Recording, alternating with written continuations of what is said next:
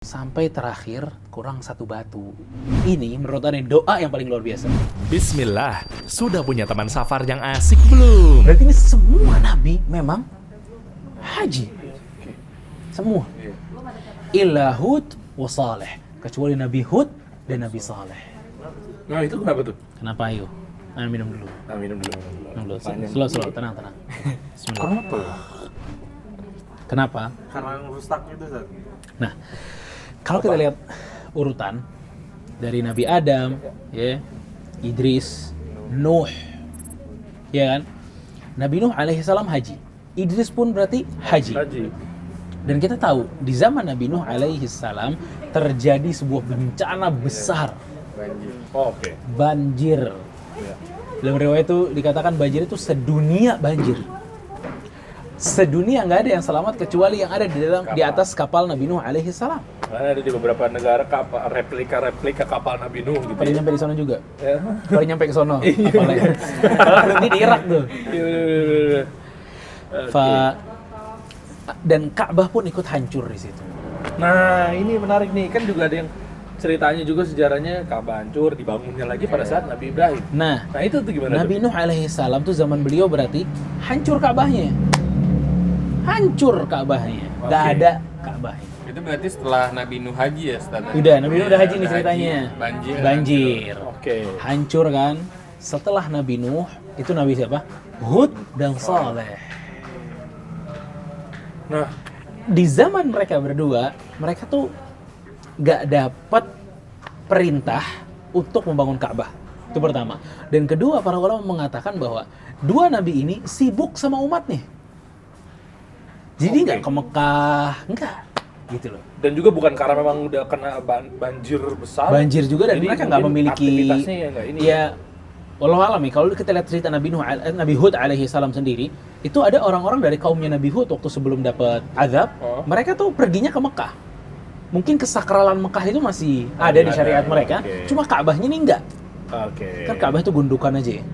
Jadi khalas, ininya nggak ada nih, Ka'bahnya nggak ada, gundukannya insya Allah masih ada. Karena Nabi Ibrahim nanti bangun dari situ soalnya. Oh iya, kan sisa segini katanya ya. Nah, masih ada sisa, qawaidnya itu, pondasi-pondasinya masih ada. Masih ada kan, baru dibangun dari situ ya. Nah, dan mungkin ya makanya kalau Anda bilang tadi, kalau kita lihat cerita Nabi Hud alaihi salam tuh emang orang-orang masyarakat Nabi Hud tuh ke Mekah dulu. Mereka ke Mekah dulu. Setelah itu, ya datanglah zaman Nabi Ibrahim alaihi salam. Di zaman Nabi Ibrahim alaihissalam baru deh ada perintah lagi dari Allah Subhanahu wa taala untuk membangun Ka'bah. Yang bangun Nabi Ibrahim sama Nabi Ismail alaihi wassalam. Di dalam riwayat Baihaqi dikatakan setelah Nabi Ibrahim membangun Ka'bah tersebut, tidaklah ada satupun nabi kecuali dia telah berhaji. Tidak ada satupun nabi kecuali haji. Dari beliau sampai akhir Sampai akhir. Bahkan dalam riwayat Ibnu Hibban dikatakan Isa alaihi salam nanti begitu di akhir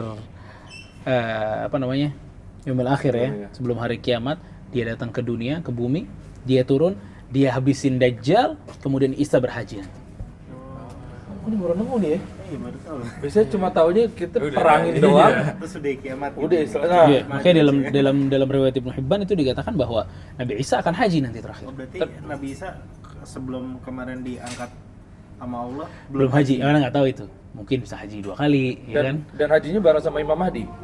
Wallahu alam, enggak sih kayaknya. Kan satu habis peperangan sholat. Nggak tahu tuh aneh. Atau juga ya, Ustaz ya. Wallahu alam. Makanya menarik yang mengenai ini. Kita lebih kerucutkan kepada ya haji, umroh gitu dan lain-lainnya. Pertanyaannya seperti ini sih, keutamaan dan kenapa sih kita harus berangkat haji? Gitu, atau minimal umroh. Maksudnya dalam hal memang kita tahu memang semua juga paham mengenai itu nggak mungkin nggak ada pahalanya, logikanya begitu ya. Apakah cuma gara-gara memang pahala doang kah? Masa nggak ada pahala? Iya kan? Nah, maksudnya kita semua tahu lah, tapi di luar itu apalagi nih keutamaan lainnya gitu loh. Kenapa kita harus berangkat? Gitu. Sebelum kita masuk situ, sebenarnya nih cerita kita, Ka'bahnya masih hancur. Belum dibangun ya, Bro. Iya. Oh iya benar. Gimana mau aja lagi Ka'bahnya masih ini enggak? Ntar Wildan ngambil kain Ka'bahnya gimana? Buat dibawa pulang. Digunting, dijual. Nanti kita boleh tuh bahas yang begitu-begitu boleh tuh. Bagus tuh. Gimana? Akhirnya kan Anda bilang ya bahwa Allah Subhanahu wa taala akhirnya memerintahkan Nabi Ibrahim alaihissalam serta Nabi Ismail untuk membangun Ka'bah. Nabi Ibrahim dan Nabi Ismail kita tahu udah berpisah lama. Kemudian pada saat Nabi Ibrahim alaihissalam balik lagi ke Ismail dan Ismail ditaruh di Mekah. Oke. Nabi Ibrahim itu mengatakan kepada Nabi Ismail, "Ya Ismail, inna rabbaka azza wa jalla amarani an abniya lahu baitan." Wa Ismail anakku, sungguhnya Allah memerintahkan saya untuk membuat Ka'bah. Ya. Gimana pendapatmu? A'ti rabbak, kata Nabi Ismail, taatilah Rabbmu wahai ayahku. Akhirnya mulai dari situ Nabi Ibrahim alaihissalam ya dan Nabi Ismail dua ini nih, bapak dan anak ini membangun Ka'bah. Nabi Ismail bagian ngambilin batunya, kasih ke bapaknya terus disusun. Fondasi. Iya, fondasi. Itu Nabi Ibrahim yang susun. Nabi Ismail ambil, taruh. Nabi Ibrahim ambil lagi, taruh lagi, ambil lagi. Terus seperti itu. Dan waktu yang Nabi Ibrahim, Ka'bahnya itu nggak sekecil apa yang kita lihat hari ini. Justru lebih besar. Iya, dia lebih besar. Karena Ka'bah itu kan memiliki beberapa kurvanya gini lah, naik turun gitu loh. Ntar hancur, ntar berdiri lagi. Ntar hancur kan sampai di zaman Nabi kita alaihi salatu wassalam sebelum beliau diangkat jadi Nabi. Itu juga mereka juga pada terjadi juga Ka'bah direnovasi juga sama mereka kan. Akhirnya Nabi Ibrahim alaihissalam ya bangun Ka'bah tuh disusun sampai akhirnya Nabi Ibrahim capek. Capek, dia bikin satu batu sebagai pijakan kakinya dia duduk dia injek di situ ya. Jadi batu-batunya itu nggak terlalu diambil lagi terus dia naik lagi gini enggak. Dia diem di situ, ambil batunya lebih mudah, naruhnya juga lebih mudah. Yang jadi pijakan itu yang dikatakan sebagai Makam Ibrahim. Ini bukan kabar kuburan Nabi Ibrahim. Tersangkanya makam Ibrahim. Nah, itu yang akhirnya jadi makam Ibrahim. Dan makam Ibrahim itu adanya sebenarnya nempel sama Ka'bah. Aslinya? Iya. Bukan yang kayak sekarang. Sekarang ini dibundurin karena di zaman Umar bin Khattab, Umar ini pertama ya, Umar ini yang mengatakan ya Rasulullah law ittakhadha fi maqami Ibrahim musalla, ya Rasulullah, tidakkah kita menjadikan makam Ibrahim ini sebagai tempat salat untuk kami? Turun ayat wattakhidhu min maqami Ibrahim musalla. Kata Allah Subhanahu wa taala, wahai Muhammad, jadikanlah makam Ibrahim sebagai tempat salat. Awalnya dari siapa? Usulnya Umar dulu. Diusulin sama Umar, ya Rasulullah kenapa nggak jadiin tempat sholat aja? Akhirnya benar Allah setujui usulnya Umar. Itu ajibnya Umar di masalah ini luar biasa banget. Sebelumnya Nabi nggak sholat di situ, Ustaz. Kan makanya kita habis tawaf, kita disuruh sholat di belakang makam Ibrahim kan. Itu usul pertama dari Umar, disetujuinya oleh Allah Subhanahu Wa Taala. Luar biasa emang. Sahabat dan yang narik ya si makam Ibrahim yang nempel dari Ka'bah itu, yang narik ke belakang juga Umar. Makanya para ulama mengatakan ini Umar banyak peran banget dalam masalah makam Ibrahim.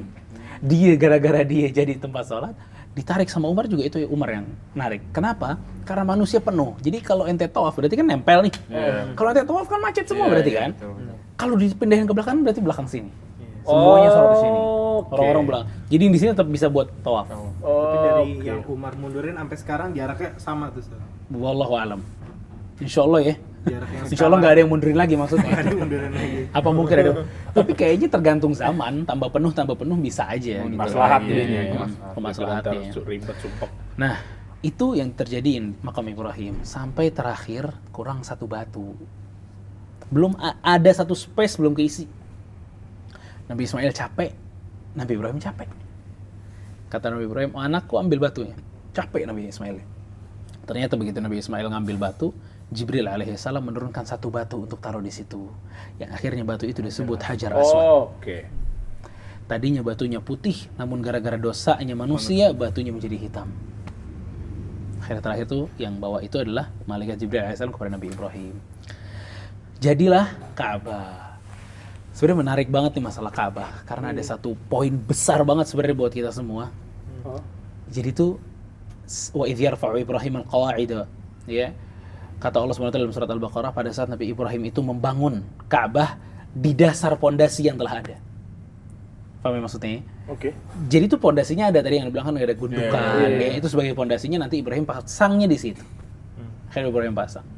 Allah mengatakan bahwa Nabi Ibrahim alaihissalam setelah membangun Ka'bah itu berdoa beliau, Rabbana taqabbal minna innaka antas samiul alim. Rabbana taqabbal minna, ya Allah terimalah amalan kami. Bayangin. Ini menurut Anda doa yang paling luar biasa. Gimana nggak luar biasa? Para salaf itu mengatakan, ya Ibrahim, ya Khalilur Rahman, wahai kekasihnya Allah, engkau membangun Ka'bah. Ente hari ini nggak ada perintah buat ente bangun Ka'bah, nggak ada. Perintahnya buat Nabi Ibrahim waktu itu. Khusus perintahnya. Dan dia kekasihnya Allah. Di tempat yang khusus di Mekah. Tapi Nabi Ibrahim bilang apa? Rabbana taqabbal minna, ya Allah terima ya Allah. Syuf. Ini orang di makamnya tinggi banget. Kekhususan perintah ini tinggi banget. Tapi dia masih bilang, ya Allah terima amalanku ya Allah. Bahkan dalam beberapa riwayat dikatakan, setiap narobatu ngomong Rabbana taqabbal minna. Rabbana taqabbal minna. Syuf. Udah mulia begitu makanya. Udah bingung. mulia. Apalagi yang sekarang yang udah jauh zamannya. Kita gak tahu deh. Aku wali Allah. Nah, itu bingung. Begitu juga biar kalau kita lihat orang umroh, kadang ya ada orang umroh tuh kayak orang Nasrani ke gereja pensucian dosa. Oke.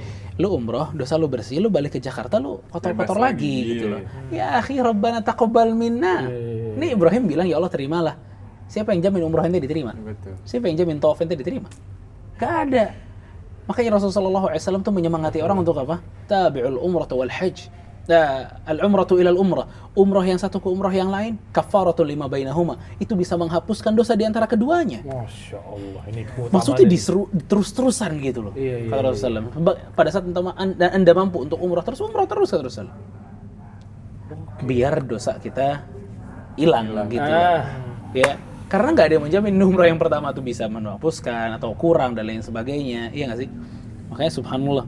Dan banyak juga kan manfaatnya, udah dosanya dihapuskan, beratus ribu kali lipat lagi juga diisi lagi. Iya. Pahala-pahalanya luar biasa. Gandakan Dilipat ibadah di sana. Iya, benar. Iya. Dan yang penting semoga kita diterima ibadahnya sama Allah, benar nggak sih? Iya benar. Cuma mematahkan stigma gini lagi gimana Sat? Kan udah umroh nih, ya udahlah udah bersih lah, balik sini lagi biasanya. Santai-santai lagi. Nah itu, karena bermindset bahwa udah kan kita disucikan udah di suci sana. nih guys, gitu.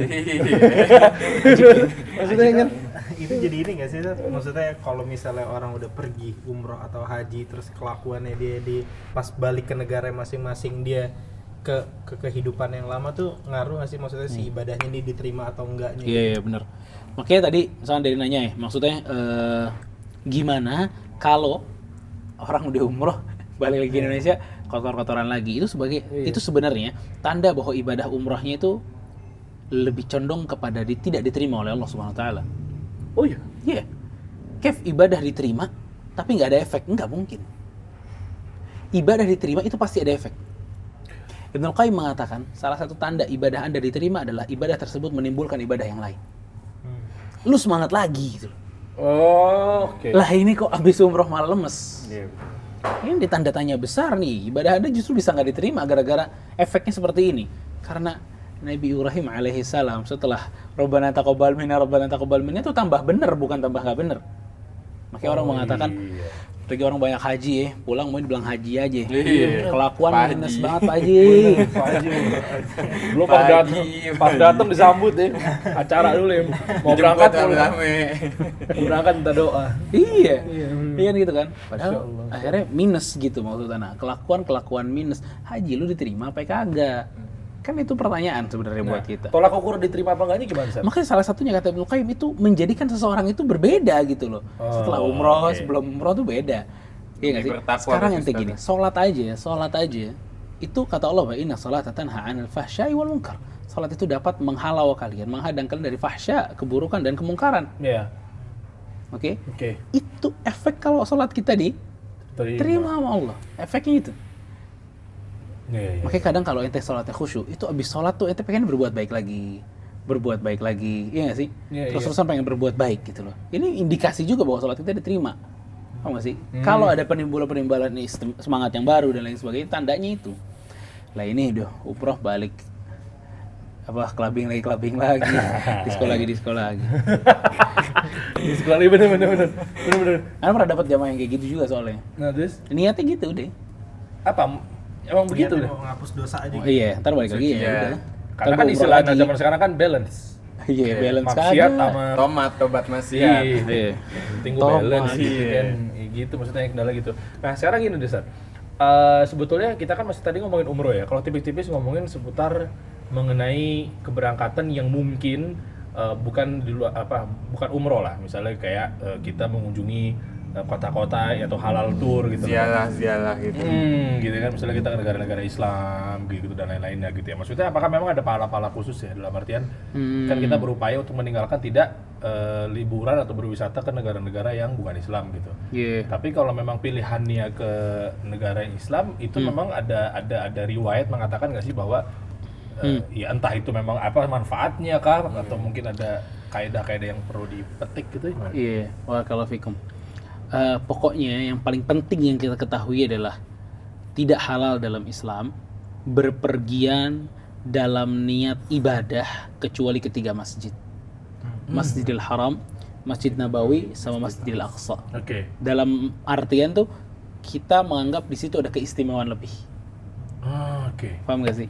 Keistimewaan lebih. Zat masjid itu ada keistimewaan, makanya kita datang ke situ. Itu cuma boleh 3 masjid. Masjidil Haram, Masjid Nabawi, sama Masjidil Aqsa. Oke. Lebih dari 3 ini nggak boleh sebagai wisata religi gitu dalam tanda kutip ya, nggak boleh. Paham nggak sih? Kalau ente ngambil poin itu ya nggak boleh, cuma boleh 3 masjid.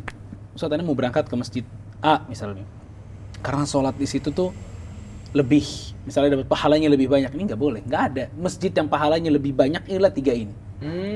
Makanya Nabi SAW memutuskan hal itu bahwa tidak halal seseorang itu bersafar untuk dalam rangka ibadah kecuali ketiga masjid ini. Masjid Haram, Masjid Nabawi, sama Masjid Al-Aqsa. Makanya destinasi-destinasi yang lain itu ya, itu sebagai tapak tilas oke. Kita mengenal sejarah itu boleh. Ya. Tapi contoh ke Arafah tadi, misalkan nanti ke Arafah ya. Itu kan nggak ada keistimewaan apa-apa. Itu Al-Hajju Arafah ya, sebagai Arafah itu adalah Penyempurnaan haji. Syarat sahnya haji seseorang. Betul kan? Ya. Tapi bukan berarti pada saat ente naik ke Bukit Arafah itu ente sholat di atas. Banyak tuh. Iya. Dia banyak. Hujan-hujanan dah. Yang penting sholat dulu deh di atas. Yang penting sholat di atas. Kayak gitu kan masalahnya kan. Nah itu nggak boleh, nggak ada keistimewaan di situ soalnya. Dan keistimewaan Arafah itu di haji bro. Ente wukuf di situ tapi di bulan Ramadan nggak dapat apa-apa ya. Paham nggak sih? Wukufnya nanti pas haji. Adanya pas haji aja. Iya. Iya, tanggal 9 itu ya. Nah, ya makanya destinasi-destinasi selain 3 masjid itu tidak boleh kita jadikan ajang untuk kita beribadah kepada Allah Subhanahu wa taala, dalam artian kita menganggap itu hal yang istimewa gitu ya. Oke. Kayak ente ke Aqsa, ente bakal diajak tuh macam-macam masjid. Iya. Nggak ada tuh masjid yang ada pahala lebihnya, ilah Aqsa-nya. Kecuali Aqsa-nya aja udah. Di semua wilayah Aqsa itu. Iya, wilayah Aqsa. Banyak tuh. Masjidnya ada. Kan dia kayak di komplek gitu tuh. Iya, masjidnya kan ada masjid yang paling depan tuh. Iya. Kuba ya. Yang sama yang emas itu. Heeh. Yang warna kuning. Iya. Iya, warna kuning 2. Sebenarnya masjid ada di bawah-bawah juga ada. Itu dia, kawasan Aqsa ya itu yang dapat pahala. Ente sholat di masjid manapun di kawasan Aqsa. Di satu lingkup itu terus Iya. tanah. Makanya Kan ada ada masjid apa? pahala Masjid itu. Sulaiman. Tapi masjid nama-nama Nabi juga ada kan? Iya, ada di bawah-bawah itu lupa deh. Oke. Ada beberapa masjid. Lomba bulut di situ juga, Ustaz. Apa tuh? Yang Dajjal dibunuh kan dari situ ya? Wow. Sudah punya teman safar yang asik belum?